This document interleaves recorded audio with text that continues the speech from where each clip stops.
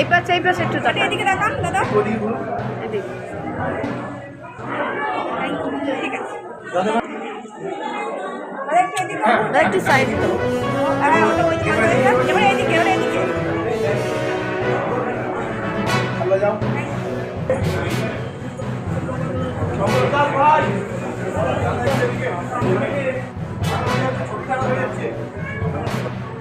এটা এই যে হ্যাঁ দিন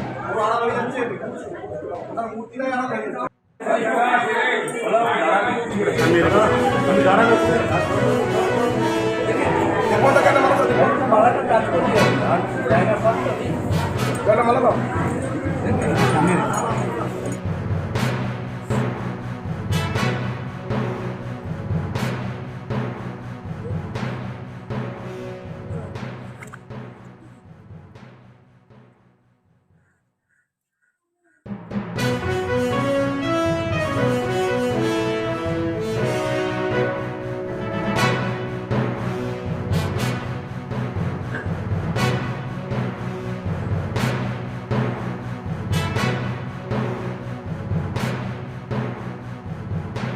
দেখুন আসুন রূপালী দাঁড়া রে। আসো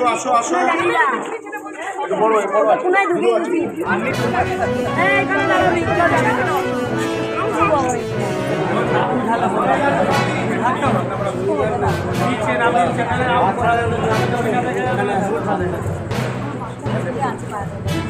পরে দাদা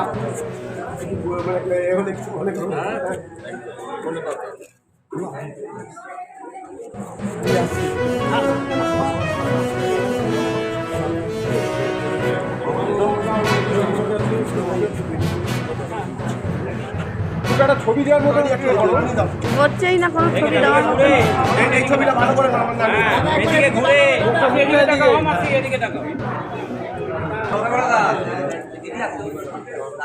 ঠিক আছে अरे तिवारी जी आपको दादा बोला इधर आओ सामने में आओ বাচ্চাটা রাখতে পারি বাচ্চাটা রাখতে দাও তো ঠিক আছে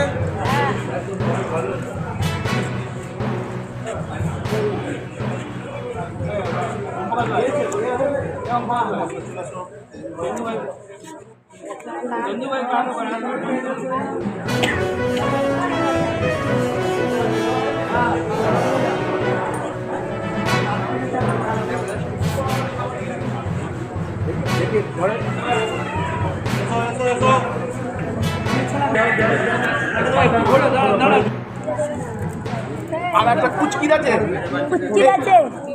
আছে কি ঘোর এটা আছে এ বুঝকি এদিকে ঘোর। কুচকিকে দিয়ে দাও এই না এটা তোমাকে যাবে দাও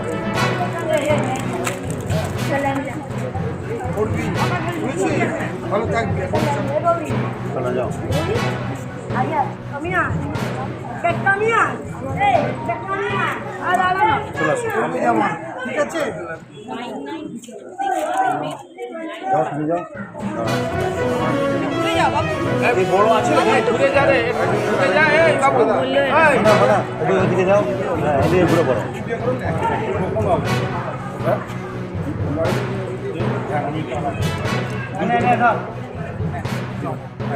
বিষয়টা আসো বিষয়টা আসো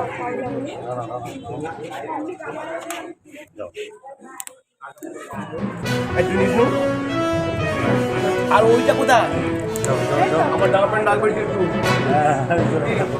না না ওটা আছে সবাই ছিঁড়ে খেয়ে ফেলবে রাস্তায় টোটলে কথা বলে না ও বড়টা তো খাবার খাবার দিতে হবে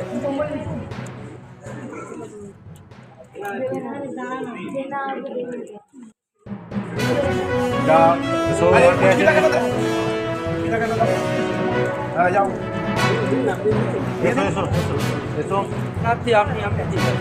আপনি দিন আসো আগে আসো আসো দেখা যাবে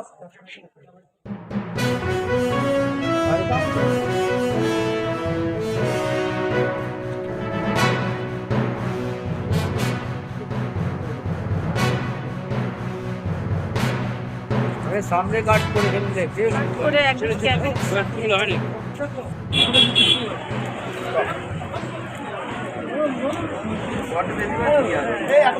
অল্প করে দে লালটু। তোরা পারবি না?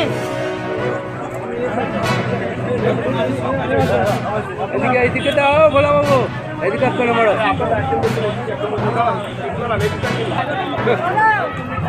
এই যে সুন্দর একটা প্রয়াস আজকে গরিব মানুষ এবং দুস্থদের এবং বাচ্চাদের এই যে বস্ত্রদান দেওয়া হচ্ছে, কি বলবেন বিস্তারিত একটু বলুন। দেখুন, আজকে একটা মহান দিন, রতন ম্যানের জন্মদিন, কিন্তু আপনারা হয়তো আজকে এসেছেন, তো এটার জন্য প্রথমে আপনাদের ধন্যবাদ জানাই। এরকম প্রোগ্রাম আমাদের সারা বছর লেগে থাকে। আমরা শিয়ালদা পার্কিংয়ের মধ্যে প্রত্যেক দিন প্রায় 300-400-র ওপরে গরিব মানে হ্যান্ডিক্যাপ, মানসিক ভারসাম্যহীন, পাগল, তারপরে আপনার বাড়ি থেকে যাদের সুসন্তান আছে, বাবা মাকে খেতে দেয় না, বাবা মাকে কাপড় জামা দেয় না, এই সমস্ত ব্যক্তিদের প্রায় 400-500-র কাছাকাছি ব্যক্তিদের আমরা ডেলি ওখানে ভোজনের ব্যবস্থা করেছি, ডেলি, এটা এভরিডে। পরে এই সমস্ত যে মানসিক ভারসাম্যহীন ব্যক্তি যাদের কাছে বস্ত্র নেই, হয়তো আমরা রোজই খাবার দেখছি একই কাপড় ময়লা, আমরা জিজ্ঞাসা করলাম, ও ঠাকুমা কাপড়টা এরম কেন গো? ও বলিস নাকি, একটা কাপড় পরে রয়েছি, ছেলে বাড়ি থেকে তেড়ে দিয়েছে, আমার কাছে কাপড়ও নেই। এই বস্ত্র বা পাগলটা যেটা আছে, যে জামা প্যান্ট চেঞ্জ করতে পারে না, যার চুল দাঁড়িয়ে রয়েছে, কাটতে পারে না, এগুলো আমাদের প্রতি বছর এই প্রতিদিনই এই মানুষের কাজগুলো লেগে থাকে।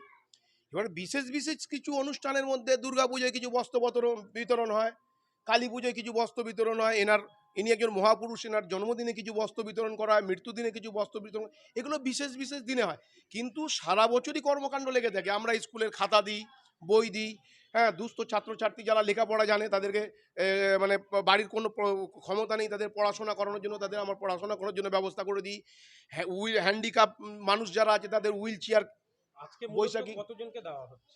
এটার তো কোনো হিসাব নেই। আপনারা দেখুন, মোটামুটি আমাদের 400-র মতো স্লিপ দেওয়া হয়েছে, 200-র মতো কাপড় বার করেছি, কিন্তু সৌভাগ্যবশত মিলিয়ে যাকে আমরা কাপড়ের স্লিপটা দিয়েছি সেই ব্যক্তিকে দেওয়ার জন্য সে আজকে ঈদে বাড়ি চলে গেছে, ফোনও তুলছে না, কাউকে স্লিপও দেয়নি।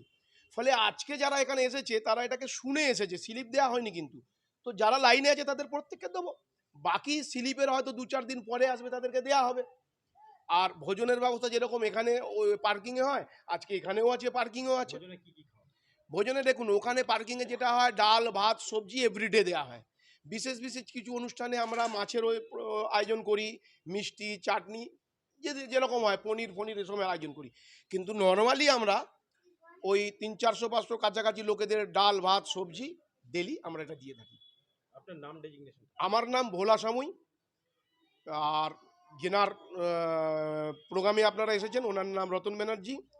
তো এই রতন ব্যানার্জির ওনার যে বক্তব্য ছিলেন যে নীরবে কাজ করে যাও। আজকে আমি যে কাজটা করছি 5টা মানুষ দেখছে, সবাই দেখছে, কিন্তু উনি আমার থেকে অনেক বেশি কাজ করেছেন। শয়ে ব্যক্তিকে চাকরির থেকে আরম্ভ করে বহু দিক থেকে হেল্প করেছেন, বস্ত্র, অন্ন, গৃহ, মাথার ওপরে ছাদ সব করে দিয়েছেন, কিন্তু ওনার কোনোদিন প্রচার ছিল না। হ্যাঁ, এখন আমি যেটার প্ল্যাটফর্মে এসে দাঁড়িয়ে রয়েছি, যে আজকে রতন ব্যানার্জি রুরাল ওয়েলফেয়ার সোসাইটিটা হয়েছে, এটা 1999 সালে, আমার ভুল হচ্ছে, 1999 সাল থেকে আমরা কাজ করেছিলাম। 2006 একটা রেজিস্ট্রেশন হয়েছিল, সেটা ভোলানাথ রুরাল ওয়েলফেয়ার সোসাইটি। আমি একটা প্ল্যাটফর্ম তৈরি করেছিলাম, যে প্ল্যাটফর্মের মধ্যে মানুষ জানবে, কিন্তু ওনার প্ল্যাটফর্ম ছিল যে উন্নয়ন আর মূল্যায়ন তখনই হবে যখন আমি না থাকার পরে মানুষ আমার নাম নেবে। তো আজকে ওনার ওই কথাটা সত্য করার জন্য ওই ভোলানাথ রুরাল ওয়েলফেয়ার সোসাইটিকে ট্রান্সফার করে দিয়েছি রতন ব্যানার্জি রুরাল ওয়েলফেয়ার সোসাইটির নামে। কেন? উন্নয়ন আর মূল্যায়ন আজকে উনি নেই, ওনার বক্তব্যটা সত্য করতে হবে। তো ওনাকে সত্য করতে হবে। একটা মানুষ তখনই অমর হয়, মরে যাবার পরে যখন তার নামটা বেঁচে থাকে তখন সে অমর হয়। তো এরকম একটা মহান ব্যক্তির জন্য যে আমরা এই কাজটা করতে পারছি, ঈশ্বর আমাদের মাধ্যম করেছে, এবং ওনার এবং ওনার পিতা এবং আমার মা বাবা এবং আমার গুরুজনরা, তাদের আশীর্বাদে যে এই কাজগুলো আমরা প্রতিনিয়ত করতে পারি, তার জন্য ঈশ্বরকে, ওই গুরুজন ব্যক্তিকে এবং ওনাকে শতকোটি প্রণাম জানাচ্ছি।